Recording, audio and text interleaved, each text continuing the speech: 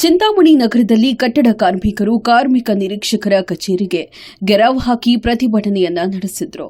ಕಾರ್ಮಿಕನ ಮಗಳ ಮದುವೆ ಸಹಾಯಧನಕ್ಕಾಗಿ ಸಲ್ಲಿಸಿದ್ದ ಅರ್ಜಿಯನ್ನ ರದ್ದುಪಡಿಸಲಾಗಿದೆ ಎಂದು ಆರೋಪಿಸಿ ಕಾರ್ಮಿಕರು ಆಕ್ರೋಶವನ್ನ ವ್ಯಕ್ತಪಡಿಸಿದರು. ಕರ್ನಾಟಕ ಕಟ್ಟಡ ಮತ್ತು ಇತರೆ ನಿರ್ಮಾಣ ಕಾರ್ಮಿಕರ ಕಲ್ಯಾಣ ಮಂಡಳಿ ಮೂಲಕ ನೋಂದಾಯಿತ ಕಾರ್ಮಿಕರಿಗೆ ಮದುವೆಗೆ 60,000 ರೂಪಾಯಿ ಸಹಾಯಧನ ನೀಡುವ ಯೋಜನೆ ಜಾರಿಯಲ್ಲಿದೆ. ಆದರೆ ಅಧಿಕಾರಿಗಳ ನಿರ್ಲಕ್ಷ್ಯದಿಂದ ನಿಜವಾದ ಕಾರ್ಮಿಕರಿಗೆ ಸೌಲಭ್ಯ ದೊರೆಯುತ್ತಿಲ್ಲ ಎಂದು ಕಾರ್ಮಿಕರು ಆರೋಪಿಸಿದರು.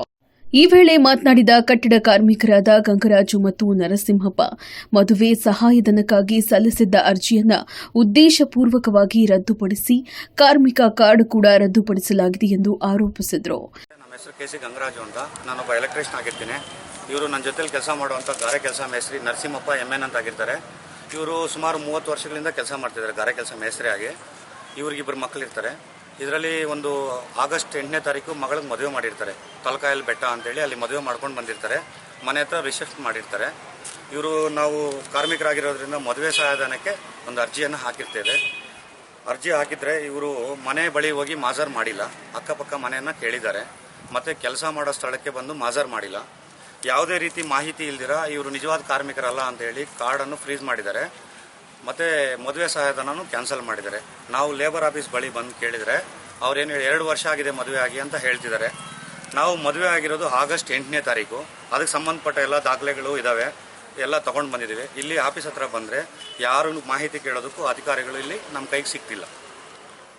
ಲಂಚ ಕೊಡದ ಕಾರಣಕ್ಕೆ ಈ ಕ್ರಮ ಕೈಗೊಳ್ಳಲಾಗಿದೆ ಎಂದು ಗಂಭೀರ ಆರೋಪವನ್ನು ಮಾಡಿದ್ದಾರೆ. ಕಾರ್ಮಿಕ ನಿರೀಕ್ಷಕರು ಸರಿಯಾದ ಸಮಯಕ್ಕೆ ಕಚೇರಿಗೆ ಬರುವುದಿಲ್ಲ, ಸಾರ್ವಜನಿಕರು ಪ್ರಶ್ನಿಸಿದರೆ ಸರಿಯಾದ ಉತ್ತರ ನೀಡುವುದಿಲ್ಲ ಎಂದು ಕಾರ್ಮಿಕರು ಆಕ್ರೋಶವನ್ನು ವ್ಯಕ್ತಪಡಿಸಿದರು. ಇದೇ ವೇಳೆ ಅಧಿಕಾರಿಯನ್ನ ತಕ್ಷಣ ಅಮಾನತು ಮಾಡಬೇಕು, ಇಲ್ಲದಿದ್ದರೆ ಮುಂದಿನ ದಿನಗಳಲ್ಲಿ ಸಚಿವ ಸಂತೋಷ್ ಲಾಡ್ ರವರಿಗೆ ಗೆರಾವ್ ಹಾಕಿ ಪ್ರತಿಭಟನೆ ನಡೆಸುತ್ತೇವೆ ಎಂದು ಎಚ್ಚರಿಕೆಯನ್ನ ನೀಡಿದ್ದಾರೆ. ನರಸಿಂಹಪ್ಪ ಅಂತ NM ನರಸಿಂಹಪ್ಪ, ಗಾರೆ ಕೆಲಸ ಮಾಡ್ತೀನಿ, ಮೇಸ್ತ್ರಿ. ನಾನು ಇಷ್ಟು ದಿನದಿಂದ ನಾನು ಕೆಲಸ ಮಾಡ್ತಾ ಇರೋದು 28 ವರ್ಷದಿಂದ ಕೆಲಸ ಮಾಡ್ತಾ ಇದ್ದೀನಿ. ನನ್ನ ಬಿಲ್ಡಿಂಗ್ ಹತ್ರ ಯಾರು ಬಂದೇ ಇಲ್ಲ ಅಧಿಕಾರಿ ಸ್ಪಾಟ್ ಇನ್ಸ್ಪೆಕ್ಷನ್ ಮಾಡಕ್ಕೆ. ಏನಕ್ಕೆ ಬಂದಿಲ್ಲ ಅವರು? ಏನಕ್ಕೆ ಬಂದೇ ಇಲ್ಲ ಅವರು. ಅರ್ಜಿ ಏನಕ್ಕೆ ಹಾಕಿದ್ರಿ ನೀವು? ನಾವು ಮದುವೆ ಸಹಾಯಧನಕ್ಕೆ ಹಾಕಿದ್ದೀನಿ. ಯಾರ ಮದುವೆ? ನಮ್ಮ ಹುಡುಗದು ಮಗುದು ಹಾಕಿದ್ದೀನಿ. ಇಲ್ಲಿ ಬಂದರೆ ನನ್ನ ಕಾರ್ಡೇ ರಿಜೆಕ್ಟ್ ಮಾಡೋರೆ. ನನ್ನ ಲೇಬರ್ ಕಾರ್ಡೇ ರಿಜೆಕ್ಟ್ ಮಾಡೋರು ಅವರು. ರಿಜೆಕ್ಟ್ ಆಗಿರೋದು ಯಾವಾಗ ಕಾರ್ಡು? ಸರ್ 3-4 ದಿನ ಆಯಿತು. ಅರ್ಜಿ ಹಾಕಿದ್ದು ಮದುವೆ ಇದಕ್ಕೆ ಯಾವಾಗ? ಅರ್ಜಿ ಹಾಕಿರೋದು 3 ತಿಂಗಳಾಯಿತು. 3 ತಿಂಗಳಿಂದ ನಾನು ಓಡಾಡ್ತಾ ಇದ್ದೀನಿ, ಕೆಲಸ ಮಾಡ್ತಾನೆ ಇದ್ದೀನಿ. ಇಲ್ಲಿ ಬಂದು ಕೇಳಿದ್ರೆ ಯಾರನ್ನೂ ಕೇಳಕ್ಕೆ ಹೋಗ್ಬೇಡಪ್ಪ, ನನ್ನ ಕೈಲಿಲ್ಲ, ಹಾಕಿದ್ದೀನಿ ಹೋಗು ಅಂತ ಹೇಳ್ತಾರೆ. ಮದುವೆ ಆಗಿರ್ತಕ್ಕಂಥದ್ದು ಯಾವಾಗ? ಮದುವೆ ಆಗಿರೋದು 8/8 తలకాయలకొండ దేవస్థానంలో. ఆటి నుంచి వచ్చేసి